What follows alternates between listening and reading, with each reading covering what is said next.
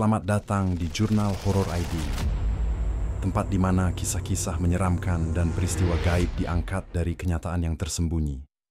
Kali ini kami akan membawakan sebuah kisah nyata yang terjadi di salah satu gunung paling misterius di Pulau Jawa, Gunung Lawu. Gunung yang dikenal bukan hanya karena keindahan alamnya, tapi juga karena aura mistis yang menyelimutinya sejak zaman dahulu. Inilah kisah nyata tentang pendaki terakhir di Gunung Lawu. Nama saya Dani. Saya berasal dari Surabaya dan saat itu masih duduk di semester akhir kuliah. Sejak remaja, saya memang punya ketertarikan besar terhadap alam bebas, terutama kegiatan mendaki gunung. Bagi saya, mendaki bukan sekadar hobi. Itu adalah cara saya melarikan diri dari tekanan hidup, dari hiruk-pikuk kota, dan dari rutinitas yang membosankan. Setiap langkah di jalur pendakian selalu membawa saya pada rasa bebas yang tidak bisa dijelaskan dengan kata-kata. Udara segar, aroma tanah yang lembab, serta suara dedaunan yang bergesekan di terpa angin selalu membuat saya merasa seperti berada di dunia lain. Dunia yang jauh dari kebisingan dan kepalsuan. Pada akhir bulan September tahun 2017, saya dan dua teman dekat saya, Roni dan Bima, memutuskan untuk mendaki Gunung Lawu. Gunung ini memang sudah lama ada dalam daftar impian kami, tapi bukan karena tingginya atau karena jalurnya menantang. Justru karena cerita-cerita aneh yang selama ini mengelilinginya. Lawu dikenal sebagai salah satu gunung paling angker di Pulau Jawa. Konon, gunung ini adalah tempat peristirahatan terakhir Prabu Brawijaya, raja terakhir Majapahit, yang menghilang secara misterius. Banyak yang percaya arwahnya masih menjaga kawasan gunung ini hingga sekarang. Kami mendengar banyak kisah mistis dari sesama pendaki. Mulai dari suara gamelan tengah malam, sosok wanita berkebaya yang sering terlihat di antara kabut, sampai kisah tentang pendaki yang hilang dan ditemukan dalam keadaan tidak sadarkan diri, seperti orang linglung dan tak bisa mengingat apapun. Tapi kami bertiga, seperti banyak anak muda lainnya, menganggap cerita-cerita itu sebagai bumbu dalam dunia pendakian. Cerita yang seram memang, tapi sulit dipercaya sepenuhnya. Kami terlalu yakin bahwa logika bisa menjelaskan semuanya. Kami terlalu percaya diri. Yang membuat perjalanan ini berbeda adalah jalur yang kami pilih.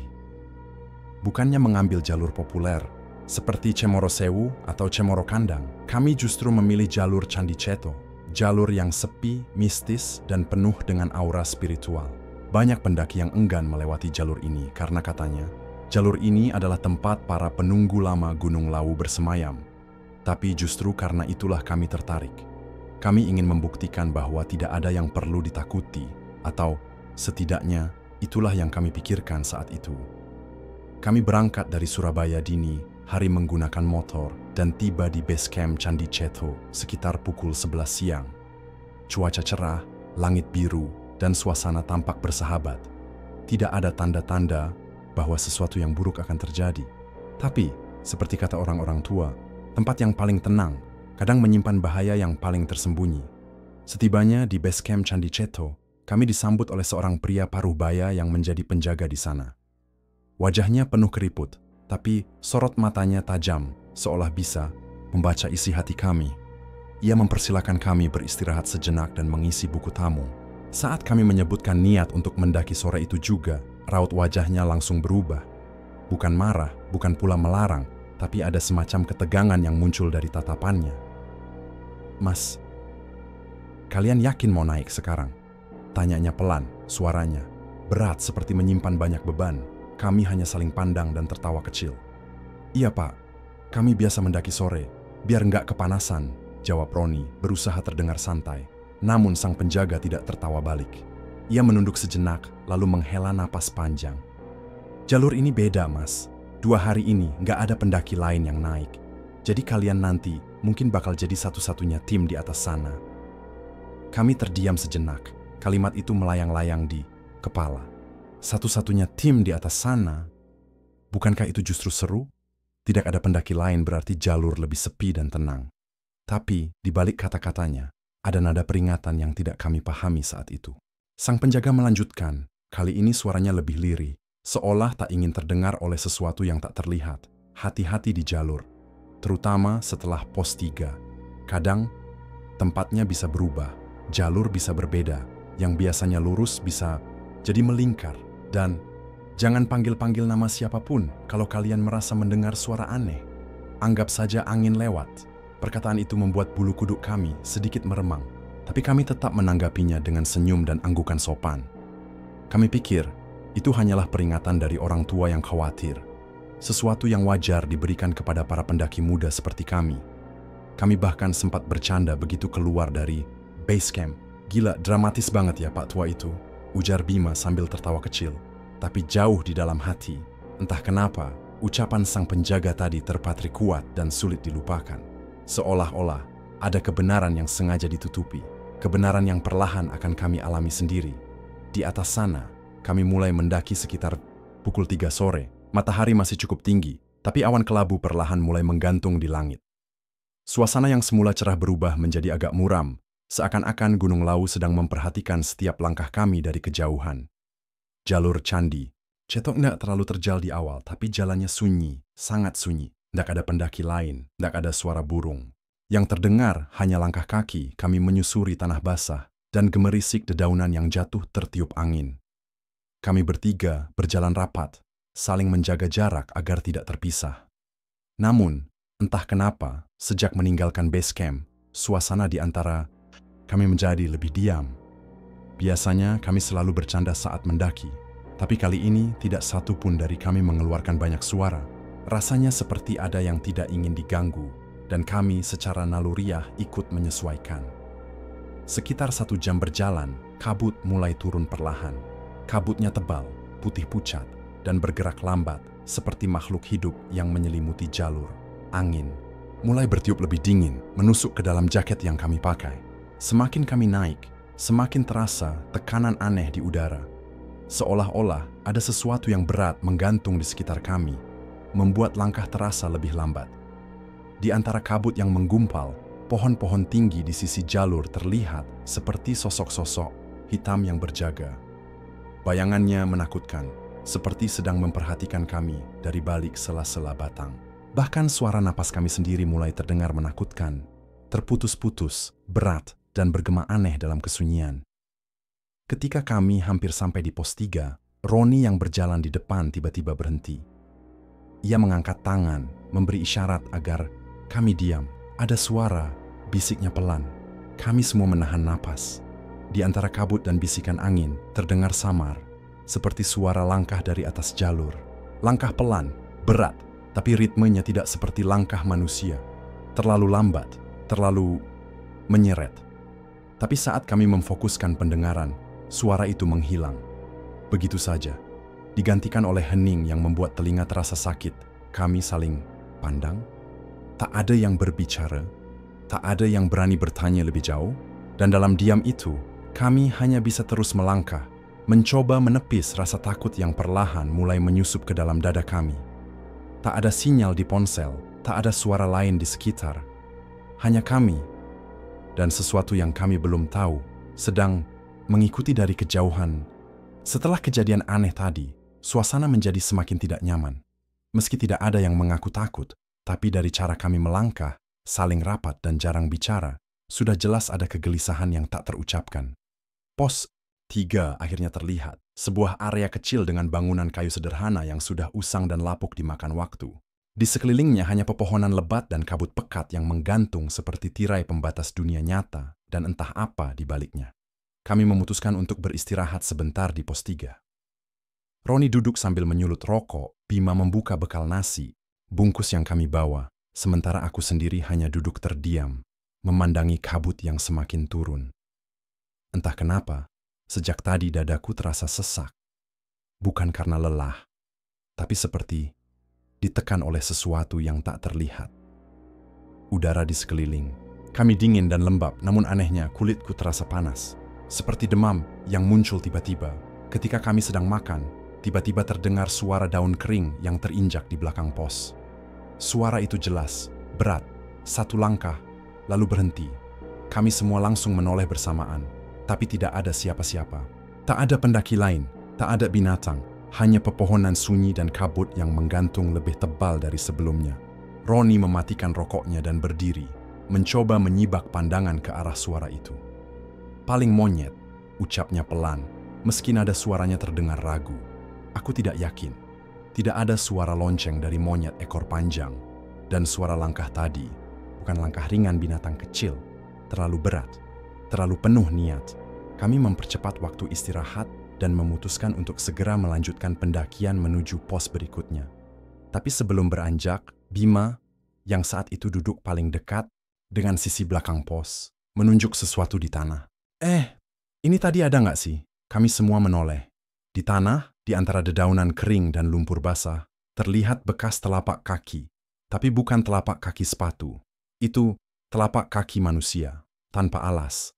Namun ukurannya tidak wajar. Besar, panjang, dan dalam. Seolah-olah ditinggalkan oleh seseorang yang berat badannya jauh di atas manusia normal. Tapi, siapa yang berjalan tanpa alas kaki di ketinggian seperti ini? Dan kenapa kami tidak mendengarnya mendekat dari kejauhan? Kami semua terdiam, bekas kaki itu hanya satu. Tidak ada jejak lanjutannya, tidak ada arah datang atau pergi. Seolah-olah makhluk itu hanya muncul dan menghilang, diam-diam, senyap, dan menatap kami dari balik kabut. Tanpa perlu berkata apapun, kami langsung bergerak pergi. Langkah kami makin cepat, dan untuk pertama kalinya sejak awal pendakian, aku merasa dingin yang merambat dari kaki sampai ke tengkuk, bukan sekadar karena udara gunung, tapi karena ada sesuatu yang mulai mengikuti kami. Langkah kami semakin cepat setelah meninggalkan pos 3. Tidak ada yang berbicara, tidak ada yang bercanda seperti biasanya. Bahkan suara napas pun kami tahan agar tidak terlalu keras. Hening. Hanya suara dedaunan kering yang terinjak dan desir angin yang terus mengantar kabut turun perlahan. Di balik setiap pohon, kami merasa seolah ada yang mengintai. Bayangan hitam, samar, tapi terus muncul dalam sudut pandang mata kami. Saat ditoleh, ia hilang, tapi sensasinya tidak.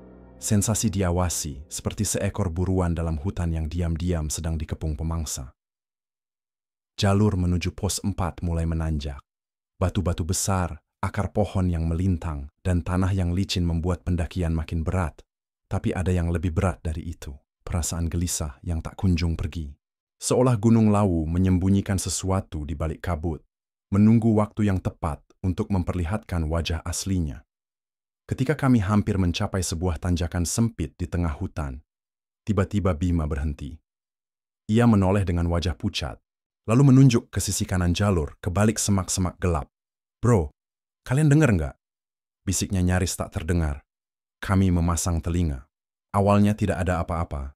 Tapi beberapa detik kemudian, terdengar suara pelan, halus. Seperti alunan suara wanita yang bersenandung. Suaranya tidak jelas, seolah berasal dari jauh, tapi tidak mengikuti arah angin. Melodi itu mengambang di udara, seperti menari-nari di antara kabut. Lagunya kuno, Jawa banget, seperti tembang Macapat. Tapi, siapa yang menyanyi di ketinggian ini, di tengah hutan tanpa siapa-siapa? Roni langsung menarik tangan Bima, menyuruhnya jalan lagi. "Abaikan, jangan didengarkan." Suaranya tegas, tapi aku tahu dia sedang menahan takut. Kami terus berjalan, tapi semakin jauh kami melangkah, suara itu malah semakin jelas. Seakan mengikuti, seakan menyusup ke telinga kami, berbisik pelan seperti mantra. Bahkan ada satu momen di mana aku merasa suara itu terdengar sangat dekat, tepat di belakangku. Begitu aku menoleh, tak ada siapa-siapa. Tapi jantungku berdegup tak karuan, tanganku gemetar. Dan entah dari mana, aroma bunga melati yang menyengat tiba-tiba memenuhi udara. Aroma itu sangat khas, harum menusuk. Tapi dalam konteks seperti ini, bau melati bukanlah sesuatu yang menyenangkan. Karena dalam cerita-cerita mistis, itu sering dihubungkan dengan kehadiran makhluk tak kasat mata. Makhluk halus, sosok perempuan dari masa lalu. Kami bertiga mulai panik, meski tetap diam. Kami mempercepat langkah, hampir setengah berlari. Tapi suara nyanyian itu terus mengikuti. Tidak lebih keras, tidak lebih pelan, tetap seperti sebelumnya. Seperti ingin mengatakan, "Aku di sini, aku melihat kalian." Kami terus berjalan, dengan langkah cepat, hampir tanpa henti. Jalur semakin sepi, kabut makin menebal, dan suara nyanyian itu akhirnya menghilang. Tapi, bukan kelegaan yang kami rasakan, melainkan kekosongan yang lebih mengerikan. Seperti seseorang atau sesuatu telah masuk ke dalam wilayah kami. Diam, tak terlihat, tapi hadir. Dan kami tahu, keheningan ini bukan pertanda aman, justru sebaliknya. Saat melewati jalur sempit yang diapit jurang dan pepohonan tinggi, kami melihat sesuatu yang membuat napas kami tercekat. Di batang pohon besar, di tepi jalur, ada sesajen, diletakkan di atas batu pipih yang ditata rapi. Di atasnya ada bunga 7 rupa yang sudah layu, kemenyan yang masih berasap tipis, dan potongan kain berwarna merah. Tapi yang paling membuat bulu kuduk kami berdiri adalah potongan rambut panjang hitam yang diselipkan di dalamnya. Basah, menggumpal, seperti baru saja dipotong. Roni langsung berkata lirih, "Jangan dilihat lama-lama, jalan terus." Tapi mataku terpaku pada kain merah itu. Ada sesuatu yang aneh, bukan kain biasa. Warnanya seperti darah yang mengering, dan saat aku menoleh, aku merasa ada sosok perempuan berdiri di antara pepohonan, jauh di belakang sesajen itu. Diam, tidak bergerak, hanya siluet gelap dengan rambut tergerai panjang. Tubuhnya sedikit membungkuk ke depan, seolah mengawasi kami. Aku memalingkan muka, mempercepat langkah sambil berusaha menahan napas. Tapi jantungku berdetak tidak karuan. Perutku terasa mual. Dan dari sudut mata, aku merasa sosok itu mengikuti. Tanpa suara, tanpa langkah. Tapi terus ada dalam bayang-bayang. Beberapa menit kemudian, kami tiba di tempat yang harusnya menjadi jalur menuju pos 4. Tapi sesuatu yang mengganggu mulai terjadi. Jalur itu berubah. Jalan setapak yang biasanya terbuka kini tertutup semak belukar yang anehnya terlalu rapi, seperti baru saja tumbuh atau sengaja dipasang. Sementara di sebelah kanan terbuka jalur kecil yang kami semua tidak kenali. Kami sudah mendaki Gunung Lawu sebelumnya dan tahu jalur ini luar kepala. Tapi sekarang semuanya terasa asing, seperti bukan lagi gunung yang sama. Bima mulai panik. Ini bukan jalurnya. Ini nggak ada di map. Kami memeriksa peta di HP, tapi tak ada sinyal. Bahkan kompas pun berputar-putar tak menentu. Roni mencoba mengaktifkan GPS offline, tapi layar ponselnya tiba-tiba membeku. Lalu mati. Kami benar-benar kehilangan arah. Angin berembus lebih kencang, membawa aroma melati yang tadi sempat hilang, kini kembali. Tapi lebih menyengat. Seperti dipaksa masuk ke hidung. Bersamaan dengan itu, udara tiba-tiba menjadi panas, pengap, seperti ada api yang menyala di sekitar kami, padahal tidak ada sumbernya. Bima mulai berteriak memanggil nama kami satu persatu, berharap semua ini hanya mimpi buruk, tapi teriakannya menggema, dan seperti dijawab oleh gema lain yang bukan milik kami. Suara itu menyerupai suara Bima, tapi lebih serak, lebih berat, dan terdengar sangat dekat dari dalam semak di sebelah kiri. Kami bertiga saling menatap dalam kebingungan dan ketakutan. Suara yang tadi terdengar menyerupai Bima, tapi datang dari balik semak, jelas bukan suara manusia biasa. Terlalu serak, terlalu berat, dan yang paling mengganggu adalah nadanya. Itu bukan panggilan panik seperti Bima barusan. Suara itu lebih pelan, seperti memanggil dengan nada mengejek, meniru, mencibir. Seolah-olah sesuatu sedang bermain-main dengan kami. Roni mencengkeram lenganku erat, tangannya dingin dan basah oleh keringat. "Jangan jawab," bisiknya pelan tapi tegas. Aku hanya mengangguk. Dalam kondisi seperti ini, kami tahu satu hal. Jangan pernah menjawab panggilan yang terdengar menyerupai temanmu sendiri. Itu bisa jadi makhluk peniru. Makhluk halus yang katanya suka menyesatkan pendaki dengan meniru suara dan bentuk manusia. Kami memutuskan untuk menjauhi jalur aneh itu dan kembali menelusuri arah semula. Tapi langkah kami makin ragu. Kabut sudah sangat tebal. Pepohonan terlihat sama semua. Tak ada penanda arah. Setiap langkah terasa seperti berputar-putar, kembali ke tempat yang sama. Kami mulai merasa terjebak. Tiba-tiba dari arah belakang, terdengar suara langkah cepat, gemeretak daun dan tanah diinjak. Kami semua membeku. Suara itu mendekat, semakin dekat, hingga akhirnya berhenti tepat di belakang kami. Perlahan, aku menoleh dengan jantung berdetak sangat keras. Tapi tidak ada siapa-siapa. Jalur kosong, semak-semak bergoyang pelan. Tapi saat kami hendak melanjutkan perjalanan, terdengar suara napas berat, seperti napas seseorang yang berdiri terlalu dekat di telingaku. Aku menoleh refleks, dan yang kulihat adalah wajah pucat seorang perempuan, Hanya sedetik, sekejap. Tapi cukup untuk membuat tubuhku limbung. Wajah itu nyaris tak memiliki mata. Hanya 2 lubang hitam menganga. Bibirnya robek sampai ke pipi. Dan di balik rambut panjang yang acak-acakan, aku sempat melihat senyuman yang terlalu lebar. Bukan senyuman ramah, tapi senyuman seperti orang lapar yang baru saja melihat daging segar. Aku jatuh terduduk. Nafasku terengah. Bima membantuku berdiri sambil mengucap doa keras-keras, sementara Roni menyalakan korek api dan mengayunkannya ke segala arah. Api kecil dari korek itu jadi satu-satunya cahaya yang terasa nyata saat ini. Kami tahu, kami tidak sedang sendirian. Ada sesuatu atau banyak sesuatu yang sudah menyelimuti kami sejak jauh di bawah. Dan sekarang, mereka mulai memperlihatkan wajahnya. Kami berjalan lagi, kali ini tidak mengikuti jalur manapun. Kami hanya mengikuti naluri. Tak peduli kemana arah mata angin, yang penting menjauh dari tempat tadi. Tapi makin jauh kami berjalan, makin tidak masuk akal apa yang kami lihat. Semuanya seperti berulang. Jalur yang kami lalui beberapa menit lalu muncul lagi di depan kami. Pohon dengan 2 cabang bengkok yang kami lewati tadi kini ada di depan. Sesajen yang tadi kami tinggalkan ada lagi di samping kiri. Bahkan bekas telapak kaki kami sendiri masih terlihat jelas di tanah. Tapi arahnya terbalik, seolah-olah kami berjalan mundur. Roni menghentikan langkahnya, napasnya tersengal. Kita muter-muter di tempat yang sama. Gimana bisa? Kita udah muter ke arah lain. Bima membantah, tapi suaranya mulai bergetar. Aku tahu, kita tidak sedang tersesat secara fisik. Kita sedang disesatkan. Ini bukan tentang kehilangan arah. Ini tentang diperangkap oleh sesuatu yang tidak ingin kami keluar dari wilayahnya. Dan dari cerita-cerita pendaki sebelumnya, kami tahu. Gunung Lawu punya jalur gaib. Jalur tak kasat mata yang hanya terbuka bagi mereka yang terpilih. Tapi yang jadi pertanyaan, kami terpilih untuk apa? Suasana di sekitar mulai berubah. Kabut semakin tebal dan berwarna abu keunguan. Langit yang harusnya sudah mulai terang karena mendekati pagi, justru terasa makin gelap. Tidak ada suara burung, tidak ada suara angin, hanya senyap, mati. Seolah-olah kami telah berpindah ke dimensi lain.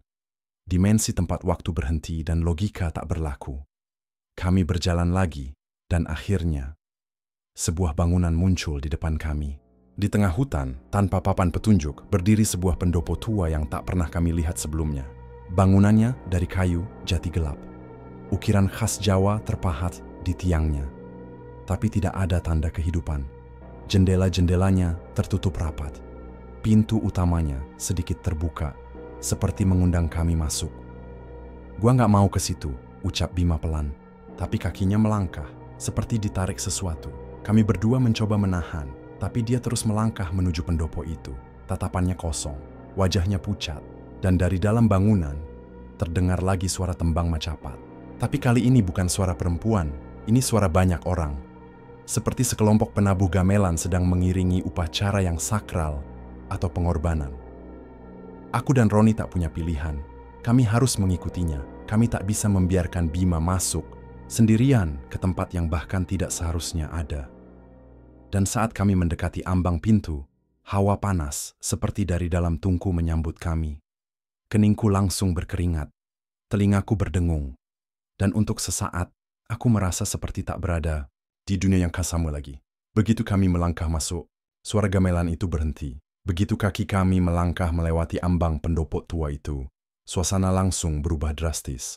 Suara gamelan yang tadi terdengar, riuh mendadak hilang, tergantikan oleh kesunyian yang menakutkan. Hawa panas yang sebelumnya menyengat perlahan berubah menjadi dingin menggigit. Angin seakan terhenti. Tak ada satupun debu yang berterbangan. Segalanya begitu diam, terlalu diam. Ruangan utama pendopo itu gelap. Hanya diterangi cahaya temaram dari celah dinding kayu yang sudah lapuk. Aroma kayu tua bercampur asap kemenyan menyeruak tajam ke hidung. Di tengah ruangan ada satu kursi kayu besar seperti singgasana. Di atasnya tergantung kelambu putih yang telah berubah kecoklatan karena usia. Dan Di bawah kursi itu terdapat sebuah boneka kain usang, tergeletak seperti dibuang.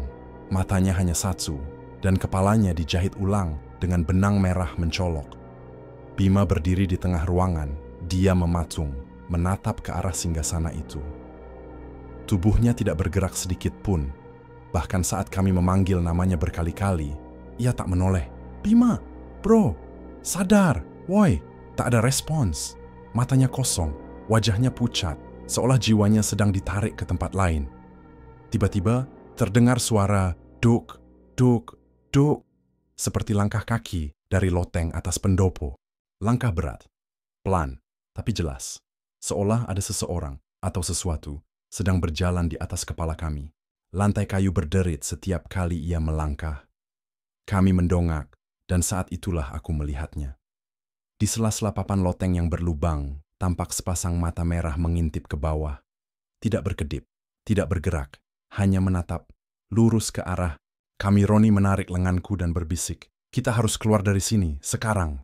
Tapi sebelum kami sempat bergerak, pintu pendopo tiba-tiba menutup sendiri dengan keras. Brak, suara itu menggema ke seluruh penjuru ruangan.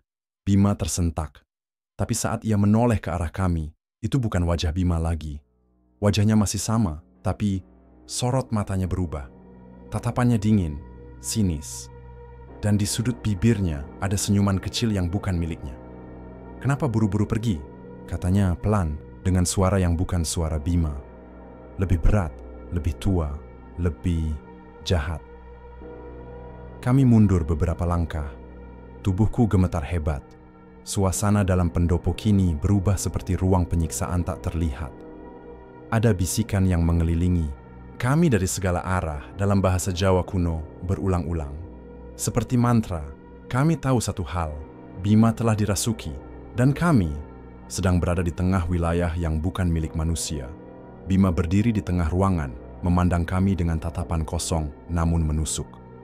Sorot matanya kini benar-benar asing.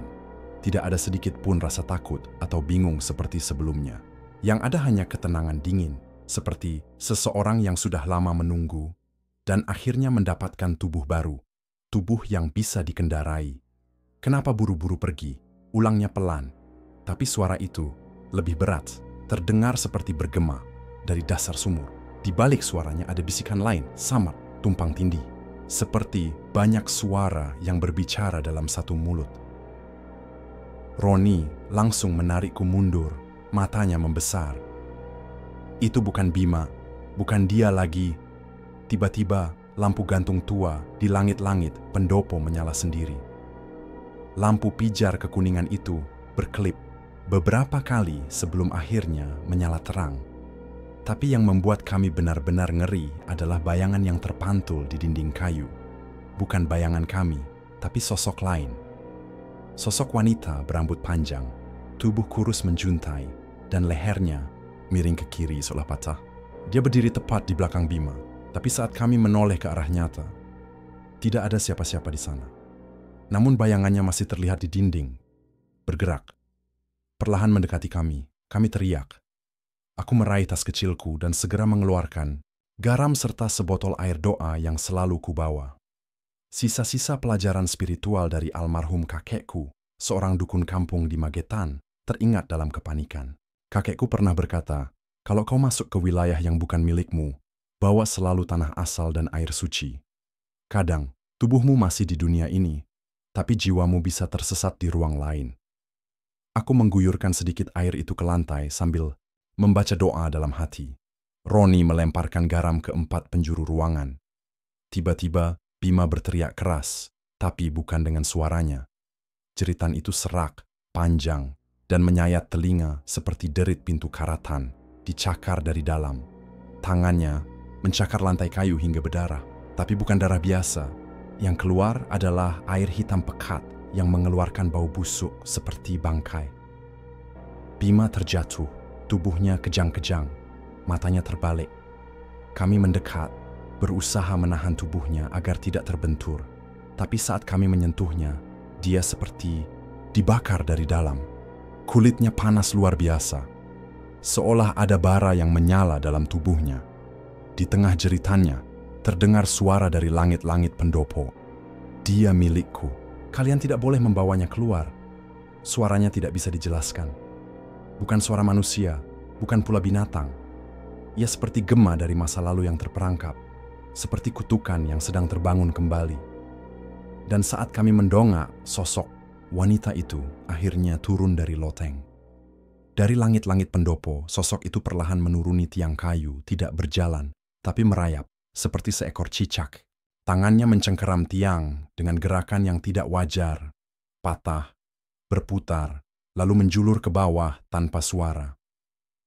Rambutnya panjang tergerai, menutupi sebagian wajahnya. Namun saat ia mendekat, kami bisa melihat jelas. Kulitnya putih pucat, kehijauan, penuh retakan seperti tanah kering, dan matanya kosong, berlubang, tapi menghitam seperti terisi arang panas. Dia mengenakan kain lusuh seperti jarit adat, namun berlumuran tanah dan darah kering. Di lehernya menggantung kalung dari gigi manusia. Setiap gerakannya memancarkan hawa yang membuat seluruh tubuh kami bergetar. Bukan karena dingin, tapi karena ketakutan yang menusuk tulang. Roni mundur beberapa langkah, menahan napas. Tapi lantai pendopo tiba-tiba menggeliat seperti berdenyut hidup. Retakan-retakan kecil bermunculan, dan dari sela-selanya menyembul asap, hitam pekat yang berputar seperti ular. Kami sudah tidak bisa lagi membedakan dunia nyata atau gaib. Semua terasa seperti mimpi buruk yang menjelma nyata. Sosok itu kini berdiri tepat di atas tubuh Bima yang tergeletak kejang. Ia mendongak menatap kami, lalu tersenyum. Senyuman lebar, terlalu lebar, robek hingga ke pipinya. Dan kemudian ia berbicara. Dia telah diberi tanda, tidak ada yang bisa mengambilnya kembali.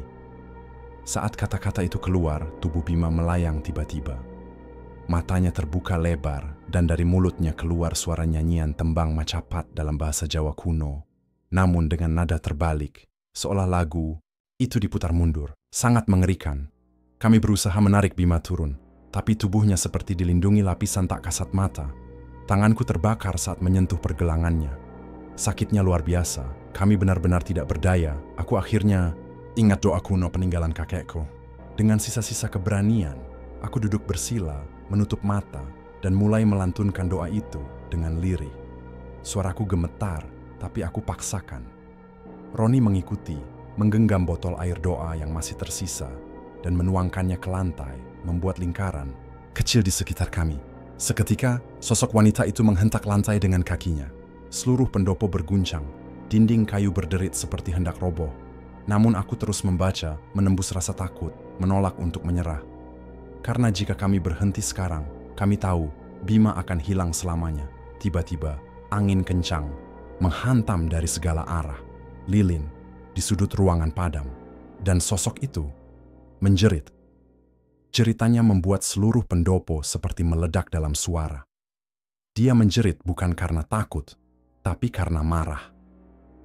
Jeritan sosok itu menggetarkan seluruh pendopo. Suaranya begitu melengking, seperti logam yang digesek paksa, memekakkan telinga, membuat kepala kami berdenyut hebat. Roni sampai menutup telinganya sambil meringis kesakitan, sementara aku terus membaca doa yang diwariskan kakekku dengan suara yang mulai serak, melawan rasa takut dan gemetar yang semakin menjadi-jadi. Sosok wanita itu kini melayang di udara, berputar seperti pusaran asap hitam. Rambutnya beterbangan ke segala arah, wajahnya perlahan berubah dari wajah tua renta menjadi gadis muda, lalu kembali menjadi mayat membusuk. Perubahan itu terus berganti-ganti dalam hitungan detik, membuat siapapun yang melihatnya akan kehilangan kewarasan. Di sekelilingnya, bayangan-bayangan kecil muncul dari dinding. Mereka seperti anak-anak, sosok-sosok kecil tanpa mata, tanpa mulut, namun dengan tubuh berlumuran tanah. Mereka menangis dalam diam, menatap kami dengan hampa, sambil perlahan merayap, mendekat. Aku tahu, jika ritual ini gagal, bukan hanya Bima yang akan hilang. Kami bertiga akan terjebak selamanya di dalam ruang ini, menjadi bagian dari entitas yang menguasai pendopo. Dengan tekad terakhir, aku menyebut nama leluhurku dalam doa, sesuatu yang dilarang jika tidak dalam keadaan darurat. Simbah Kakung, Simbah Putri, jaga kami, lunga akan lelembut iki. Seketika, air suci yang kutuang di sekeliling kami bercahaya redup, seperti nyala kunang-kunang yang menyatu menjadi lingkaran pelindung. Sosok wanita itu melayang tinggi, menjerit sekali lagi. Tapi kali ini, dia seperti terluka. Wajahnya meleleh, matanya menyala merah sebelum tiba-tiba padam, dan tubuhnya terlempar ke atap pendopo, menabrak langit-langit hingga papan-papannya berterbangan. Tubuh Bima jatuh menghantam lantai. Ia menggigit, lalu diam. Kami bergegas mendekat. Napasnya berat, tubuhnya lemas, tapi dia kembali. Mata Bima perlahan terbuka, dan sorot matanya kini kembali seperti biasa. Ketakutan, kebingungan, tapi hidup. Namun, sebelum kami sempat bersyukur, terdengar suara ketukan 3 kali dari pintu pendopo. Tok, tok, tok. Kami menoleh dengan jantung yang hampir berhenti berdetak. Tidak ada siapapun di luar, tapi dari balik pintu itu terdengar suara lirih seorang wanita. Tumbalmu belum lunas. Kami bertiga saling memandang, napas memburu, tubuh gemetar. Suara ketukan itu masih terngiang dalam kepala. 3 kali, pelan, namun membawa ancaman yang tidak bisa dijelaskan dengan logika. Dan suara lirih dari balik pintu, suara perempuan yang mengatakan, "Tumbalmu belum lunas," menancap dalam-dalam di hati kami. Itu bukan ancaman biasa, itu peringatan. Sebuah janji kelam dari dunia yang tak kasat mata. Bima perlahan bangkit dengan tubuh yang masih lemas. Matanya sembab, wajahnya pucat pasi. Ia tak bisa berkata-kata. Tangannya gemetar saat mencoba meraih botol air suci di dekatnya. Roni memapahnya, sementara aku menatap pintu pendopo dengan waspada. Kami tidak berani membuka pintu itu. Tapi kami juga tahu, kami harus keluar sekarang, sebelum semuanya terlambat. Dengan langkah tergesa, kami mencoba keluar dari pendopo melalui jendela samping yang sebagian papan kayunya sudah lepas. Namun saat kaki kami menyentuh tanah luar, hawa di sekitar berubah lagi. Udara yang tadi dingin kini panas menyengat, seperti hawa api yang membakar dari bawah tanah. Langit di atas Gunung Lawu yang tadinya gelap kini memerah, seperti senja berdarah. Burung-burung hutan menjerit serempak, dan dari kejauhan terdengar bunyi gamelan lagi. Tapi kali ini, melodinya sumbang, tidak harmonis, seperti dimainkan oleh tangan-tangan yang tak tahu irama, namun tetap memaksa mengalun. Langkah kami terhenti. Jalan yang tadi kami lewati kini tidak sama. Pohon-pohon berpindah, batu-batu besar muncul dari tanah, dan kabut pekat turun menutupi penglihatan kami hanya dalam hitungan detik. Aku mencoba menyalakan GPS di ponselku, tapi sinyal hilang. Peta digital tak bergerak dan waktu di layar ponsel berhenti. Angka jam digital membeku di pukul 03.33.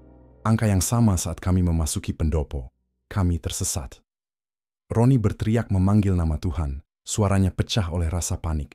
Bima mulai menangis pelan. "Aku nggak mau mati di sini," bisiknya. "Aku nggak mau." Aku mencoba mengingat jalur turun yang pernah kami lalui. Tapi semua terasa asing. Kami berjalan cepat, menyusuri jalan setapak yang kami kira jalur. Kembali, namun semakin jauh kami melangkah, suara gamelan itu justru semakin keras. Kabut menipis sedikit, dan di depan, pendopo itu kembali muncul. Tepat di tengah jalur kami, tidak masuk akal. Kami telah berjalan menjauhi tempat itu, tapi kini pendopo berdiri kembali di hadapan kami. Pintu depannya terbuka perlahan, dan dari dalam, sosok wanita itu kembali menatap sambil tersenyum. Jantungku serasa berhenti berdetak. Di hadapan kami, pendopo yang seharusnya telah kami tinggalkan itu berdiri lagi, dalam bentuk yang sama, dengan pintu terbuka perlahan, seperti menyambut kedatangan kami kembali. Angin berdesir pelan dari dalamnya, membawa bau anyir yang menusuk. Tidak ada suara selain tawa lirih, tipis, dan menyeramkan, berasal dari dalam bangunan yang seharusnya sudah kami tinggalkan selamanya. Bima berjongkok sambil menutup telinganya, menangis, mulutnya terus-menerus bergumam. "Kita nggak keluar. Kita nggak keluar." Seperti mantra putus asa. Roni mencoba menariknya, berdiri, tapi tubuhnya lemas, seperti boneka kain yang kehilangan isi. Aku menatap pendopo itu dengan ngeri. Rasanya seperti kita masuk ke dalam lingkaran kutukan. Dan setiap usaha melarikan diri hanya akan membawa kita kembali ke tempat yang sama, dengan bentuk yang lebih menyeramkan setiap kali. Aku berusaha berpikir jernih, meski otakku sendiri sudah dipenuhi rasa takut dan panik. Kakekku pernah bilang, Kalau roh tempat itu tidak membiarkanmu pergi, kau harus mengembalikan apa yang bukan milikmu. Tapi apa yang telah kami ambil? Tidak ada. Atau mungkin Bima telah diambil dan kami mencoba merebutnya kembali. Mungkin itu sebabnya tempat ini menolak kami keluar. Kami dianggap melanggar batas, mengganggu keseimbangan. Aku menatap Bima. Wajahnya pucat, matanya merah, tapi ia mulai sadar. Ia memandangku dalam-dalam dan berkata dengan suara lemah, "Lepasin aku, biarkan aku di sini. Kalian pergi aja, aku udah ditandai." "Omong kosong," bentak Roni. "Kita bertiga naik, kita bertiga juga yang turun." Namun tiba-tiba, tanah di sekitar kami bergetar. Bukan hanya pelan, tapi seperti gempa lokal. Retakan muncul di bawah kaki kami, dan dari celah tanah itu, asap hitam kembali menyembul, disertai dengan tangan-tangan pucat yang keluar, mencoba meraih kaki kami. Roni menjerit saat salah satu tangan mencengkeram pergelangan kakinya. Aku tak punya pilihan lain. Dengan sisa-sisa air suci, aku menggambar lingkaran pelindung di atas tanah. Kami semua masuk ke dalamnya, dan aku mulai membaca doa keras dengan seluruh tenaga yang tersisa. Tangan-tangan itu mulai menghindar, asap hitam menipis. Tapi pendopo di depan kami mulai terbakar. Api hitam membungkus seluruh bangunannya, namun tidak menghasilkan cahaya. Hanya panas yang membakar udara dan suara tawa makhluk dari balik dimensi.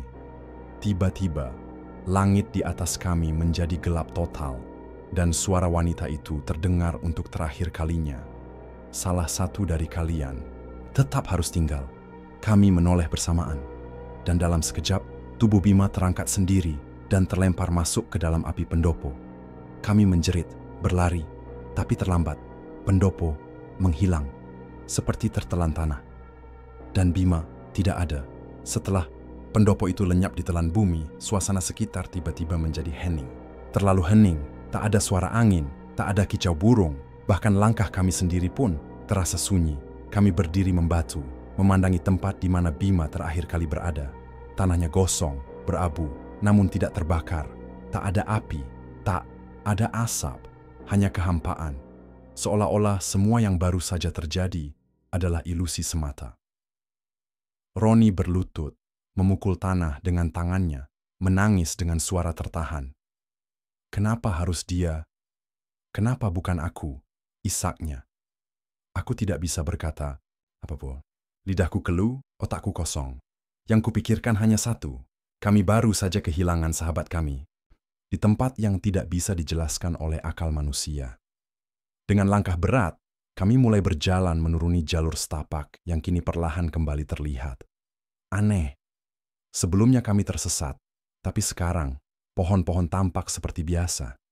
Tanpa kabut, tanpa suara gamelan, tanpa tangan-tangan yang menjulur dari tanah. Seolah-olah hutan Gunung Lawu itu telah memutuskan untuk melepaskan kami. Tapi bukan tanpa bayaran, langkah demi langkah, kami lalui dengan tubuh lemas. Tidak ada kata yang keluar di antara kami. Setiap ranting yang patah di bawah kaki terdengar terlalu keras di telinga. Matahari pagi perlahan menyusup di balik pepohonan, membentuk semburat cahaya keemasan yang tidak terasa hangat, hanya menyilaukan. Saat akhirnya kami keluar dari kawasan hutan, terlihat pos peristirahatan tempat kami memulai pendakian kemarin. Tapi yang membuat bulu kuduk kami meremang, di sana sudah ada orang yang menunggu. Seorang kakek tua, berjubah, putih, duduk di atas batu, menatap kami dengan mata yang sangat tajam. Wajahnya keriput, tapi sorot matanya dalam, seperti bisa melihat ke dalam jiwa. Kami berhenti, tertegun. Kakek itu tidak berkata apapun, hanya mengangguk pelan. Lalu ia menunjuk ke arah belakang kami. Saat kami menoleh, tidak ada apa-apa. Tapi aroma anyir kembali tercium sejenak dan suara lirih gamelan terdengar samar dari kejauhan. Kakek itu akhirnya berbicara pelan dengan logat Jawa yang dalam. "Le nek wis dijaluk siji, ojo nganti kowe mbaleni meneh. Gunung iki ora lali. Kalau sudah diminta satu, jangan pernah datang lagi. Gunung ini tidak akan lupa." Lalu ia bangkit berjalan perlahan ke dalam hutan dan menghilang begitu saja di balik kabut yang entah sejak kapan kembali menyelimuti jalur masuk. Hari-hari setelah tragedi itu berjalan seperti mimpi buruk yang tidak kunjung usai. Aku dan Roni berhasil turun dengan selamat dari Gunung Lawu, tapi kami tidak pernah benar-benar kembali. Tubuh kami boleh saja utuh, tapi hati dan jiwa kami telah terbelah. Sebagian tertinggal di pendopo yang lenyap bersama Bima. Tidak ada yang percaya dengan cerita kami. Mereka bilang Bima hilang karena terjatuh ke jurang atau tersesat. Padahal kami tahu kebenarannya jauh lebih mengerikan. Aku sering terbangun tengah malam karena mendengar suara gamelan yang lirih, mengalun dari arah luar jendela kamarku. Kadang hanya suara, tapi kadang juga bayangan Bima berdiri di sudut ruangan. Wajahnya kosong, matanya hitam legam, seolah ingin menyampaikan sesuatu, tapi tak pernah bisa berkata. Saat aku mencoba mendekat, bayangan itu selalu menghilang dalam asap tipis. Roni lebih parah. Ia jadi pendiam, jarang bicara, bahkan tidak lagi menyentuh gitarnya. Padahal dulu musik adalah hidupnya. Ibunya bilang Roni sering mengigau, menyebut nama Bima sambil menangis, lalu tertawa sendiri dengan suara yang bukan suaranya. Pernah suatu malam, aku mendapat telepon darinya. Suaranya lirih, gemetar. Dia datang, bro. Dia berdiri di depan pintu rumahku. Dia enggak marah, tapi dia juga enggak senyum. Kami sama-sama tahu, arwah Bima belum tenang. Aku mulai mencari bantuan spiritual. Kiai, dukun, orang pintar, semua aku datangi. Tapi mereka hanya memberi satu nasihat yang sama. Jangan lawan, terima, dan kirimkan doa. Karena kadang yang mereka inginkan bukan dendam, tapi pengakuan. Tapi bagaimana aku bisa tenang kalau tiap malam suara ketukan itu terdengar lagi? Tok, tok, tok selalu 3 kali. Selalu saat pukul 03.33 dini hari Roni akhirnya pergi dari kota. Ia bilang ingin menyepi, menjauh dari semua ini. Tapi sebelum pergi, dia meninggalkan satu pesan padaku. Sebuah rekaman suara dari ponselnya yang direkam tanpa sengaja saat tengah malam. Di rekaman itu terdengar suara pelan, mirip suara Bima, berkata, "Kenapa kalian tinggalin aku? Aku masih di sini. Aku menyimpan rekaman itu. Tidak berani menghapusnya." Dan hingga hari ini, setiap malam Jumat Kliwon, suara itu terdengar lagi. Tidak dari ponsel, tapi dari balik tembok kamar. Gangguan demi gangguan terus menghantui. Tubuhku mungkin hidup, tapi batinku hancur. Suara gamelan, bayangan Bima, hingga ketukan di pintu. Semua seperti siklus terkutuk yang tidak pernah berhenti. Aku tahu, kalau dibiarkan, cepat atau lambat, aku akan kehilangan akal sehatku. Maka, kuputuskan untuk melakukan sesuatu yang lebih besar. Sesuatu yang mungkin bisa membawa jawaban. Aku mencari seorang spiritualis tua yang tinggal jauh di pinggiran lereng Gunung Lawu. Seseorang yang dikenal masyarakat sekitar sebagai Eyang, Raga Jiwa. Banyak yang bilang, dia bisa berkomunikasi dengan alam arwah. Awalnya aku ragu, tapi saat aku sampai di rumahnya, Eyang Raga sudah berdiri di depan pintu, seolah telah menungguku. Wajahnya tua, penuh keriput, tapi sorot matanya tajam dan tenang. Tanpa aku banyak bicara, Yesayo hanya berkata pelan, "Kowe digandoli le, jiwamu ditarik Melayu Bali. Kowe durung pamit, aku digandoli, ditarik kembali." Karena belum pamit, Eyang mempersiapkan sebuah ritual sederhana. Di dalam sebuah ruangan kayu kecil, kami duduk bersila di tengah lingkaran bunga dan dupa menyala. Ia mulai membaca doa-doa kuno dalam bahasa Jawa halus, sementara aku diminta memejamkan mata dan memanggil nama Bima dalam hati berkali-kali. Udara di ruangan itu makin dingin, aroma bunga berubah jadi amis, dan di tengah gelap itu aku melihatnya, Bima. Ia berdiri tidak jauh dariku. Wajahnya sama seperti terakhir kali aku melihatnya di pendopo. Tapi kali ini ia menangis. Air mata hitam mengalir di pipinya. Ia berkata tanpa suara, tapi aku mengerti. Aku tidak marah. Aku hanya takut sendirian. Tangisku pecah. Aku meminta maaf berkali-kali. Berkata bahwa aku tidak pernah bermaksud meninggalkannya. Aku hanya ingin menyelamatkannya. Tapi ia menggeleng. "Kamu harus kembali dan bawa sesuatu yang tertinggal." Aku terbangun dari trans itu dengan tubuh lemas. Eyang Raga menatapku dan hanya berkata, "Kowe kudu bali. Siji maneh, nanging ojo dewekan. Kau harus kembali. Sekali lagi. Tapi jangan sendirian." Itulah saat aku sadar. Perjalanan kami belum selesai. 2 minggu setelah ritual bersama Eyang Raga Jiwa, Aku kembali menapaki jalur pendakian Gunung Lawu. Kali ini, aku tidak sendiri. Roni, meski ragu dan masih dihantui trauma, memutuskan untuk ikut. Ia bilang, kalau memang harus kembali, maka kita kembali sebagai saudara, bukan sebagai pengecut. Kalimat itu terasa seperti duri, mengingatkan kami akan kesalahan kami, meninggalkan Bima. Langkah kami berat, tapi tekad kami kuat. Perbekalan cukup, namun kami tahu pendakian kali ini bukan soal fisik. Ini tentang jiwa. Angin di lereng, gunung terasa lebih dingin dari biasanya. Bahkan semak dan pohon tampak berbeda, seperti menatap diam-diam ke arah kami. Kami tidak berbicara banyak, hanya saling bertukar tatapan penuh kecemasan. Saat malam tiba, kami mendirikan tenda di tempat yang dulu kami gunakan pertama kali bersama Bima. Tak ada suara aneh, tapi tepat pukul 3 dini hari, tanah di sekitar tenda bergetar pelan. Dari luar terdengar suara langkah kaki, pelan, namun berat, seolah seseorang yang kehilangan arah sedang mencari jalan pulang. Aku memberanikan diri membuka resleting tenda, dan di kejauhan, samar-samar, aku melihat siluet pendopo itu kembali. Bangunan tua itu berdiri di antara kabut, lebih rapuh dari sebelumnya. Dindingnya retak, atapnya nyaris roboh, tapi pintunya terbuka, seolah menunggu kami masuk untuk menyelesaikan yang belum selesai. Dengan membawa dupa dan bunga dari Eyang Raga, aku dan Roni melangkah pelan menuju bangunan itu. Tiap langkah terasa seperti 1000 beban. Aroma darah menguar dari celah kayu pendopo. Saat kami tiba di ambang pintu, Roni menggenggam lenganku erat. Kita masuk, sama-sama, ucapnya lirih. Begitu kami melangkah ke dalam, udara berubah drastis. Semua terasa membeku. Di tengah ruangan itu, berdiri Bima. Tapi ia bukan seperti sosok mengerikan yang sering kami lihat di mimpi. Kali ini, Bima terlihat seperti dulu. Jaket merahnya, senyumnya yang hangat, tapi matanya masih menyimpan kesedihan mendalam. Ia tidak berkata apapun, hanya mengarahkan pandangannya ke lantai pendopo.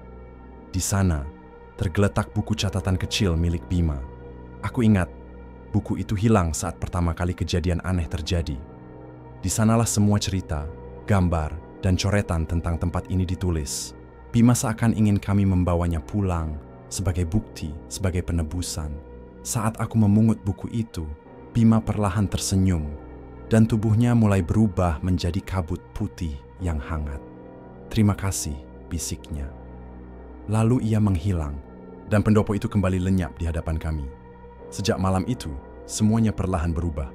Tak ada lagi suara gamelan, tak ada ketukan pintu di jam-jam ganjil, dan tak ada bayangan Bima di sudut kamar.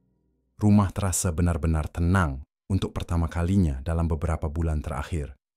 Tapi di balik keheningan itu, ada ruang kosong yang tak tergantikan. Ruang bernama kehilangan. Roni mulai kembali ke kehidupan normal. Ia kembali bermain gitar, walau kadang ia terdiam saat menyentuh nada-nada yang dulu biasa mereka mainkan bersama. Sesekali ia menatap langit malam, seakan menunggu satu tanda kecil dari sahabatnya di alam lain. Sedangkan aku mulai menulis lagi. Tapi kali ini bukan sekadar tulisan, melainkan sebuah buku berisi kisah kami bertiga dan semua hal mistis yang kami alami di Gunung Lawu. Aku menulis bukan untuk sensasi, tapi untuk memperingatkan bahwa beberapa tempat menyimpan hal yang tak boleh disentuh, kecuali kau siap kehilangan sesuatu yang berharga. Buku catatan milik Bima yang kami bawa pulang, kini kusimpan dalam kotak kaca di kamarku. Halamannya dipenuhi sketsa pendopo, catatan tentang suara gamelan, hingga gambar samar makhluk-makhluk yang kami lihat malam itu. Tapi ada satu halaman yang tak pernah kulihat sebelumnya, halaman terakhir. Di sana hanya ada satu kalimat, tulisannya rapi, dengan tinta yang masih basah saat kami temukan. Jangan pernah kembali. Aku sudah tenang, tapi mereka belum semua pergi. Kalimat itu membekas dalam benakku, seolah menjadi peringatan bahwa apa yang kami alami bukanlah akhir, hanya jeda. Sebuah jeda dari siklus panjang yang mungkin akan kembali jika seseorang, entah kapan, melakukan kesalahan yang sama seperti kami. Aku menatap jendela kamar. Di luar kabut tipis mengambang di pekarangan, dingin tapi tidak menusuk. Sejenak aku tersenyum menatap ke langit dan berkata dalam hati, tenanglah di sana Bim, kami tak akan lupa. Dan malam itu, untuk pertama kalinya sejak kejadian, aku tertidur tanpa mimpi buruk. Sudah bertahun-tahun berlalu sejak kejadian itu. Hidup kami perlahan berjalan seperti biasa, meski jejak masa lalu tetap tinggal, seperti goresan tipis yang tak bisa dihapus sepenuhnya. Gunung Lawu kini kembali, ramai oleh para pendaki. Banyak dari mereka datang dengan semangat petualangan, tanpa tahu bahwa di balik kabut dan hijaunya hutan ada sesuatu yang masih mengamati. Aku dan Roni tak pernah kembali ke sana sesuai pesan terakhir dari Bima. Kami menjaga jarak, menghormati batas yang telah dilanggar sekali, dan tak ingin mengulanginya. Kadang kami duduk berdua di malam Jumat, menyalakan lilin kecil, dan memutar lagu lama dari ponsel. Lagu yang dulu sering kami nyanyikan bertiga. Suaranya sumbang, tapi kenangannya hangat dan menyakitkan. Tapi ada satu hal yang masih mengganjal. Suatu malam, aku menemukan sebuah email masuk di inbox lamaku dari akun yang sudah lama tak aktif. Nama pengirimnya, Bima 88. Tidak ada subjek, tidak ada isi pesan, hanya satu lampiran, foto pendopo dalam kondisi utuh. Tidak runtuh, tidak tertutup kabut, berdiri dengan megah di tengah hutan, seolah tak pernah hilang. Tapi yang membuat darahku membeku adalah sosok 3 orang berdiri di depan bangunan itu. Dan salah satu dari mereka adalah aku. Sejak saat itu, aku menghapus email tersebut. Tapi malam-malam berikutnya, aku tak lagi bisa tidur dengan tenang.